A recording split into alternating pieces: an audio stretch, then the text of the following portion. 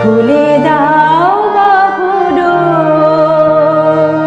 আজকে আলোচনা করব এমন এক বিষয় যা আপনার বিস্ময় সৃষ্টি করবে। ঈশ্বর নয়, অথচ ঈশ্বর গানে পূজিত কোনো ভূত, অপদেবতা, জিন, ড্রাকুলা কেউ নয়। তাহলে কে?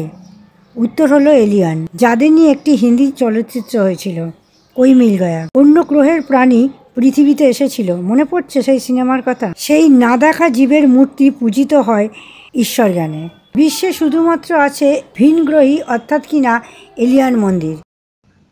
নমস্কার, আমি সুমিতা গুপ্ত। আমার চ্যানেল পুরাণে বিজ্ঞানের তরফ থেকে জানাই সকল দর্শক বন্ধুদের শুভেচ্ছা ও অভিনন্দন। আমার ভিডিও যদি আপনাদের ভালো লাগে তাহলে লাইক, সাবস্ক্রাইব করবেন এবং পাশে থাকা বেল আইকনটা প্রেস করে দেবেন। এবার ফিরে আসি আসল কথায়।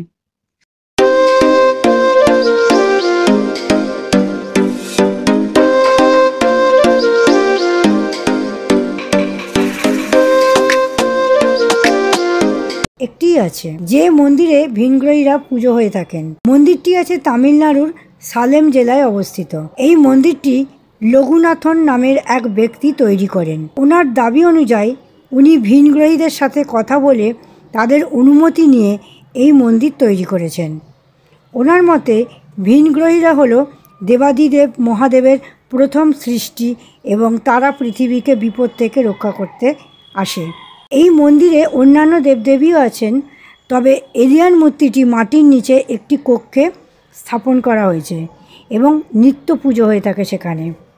মন্দিরটি মাটি থেকে শোনা যায় 11 ফুট নিচে অবস্থিত।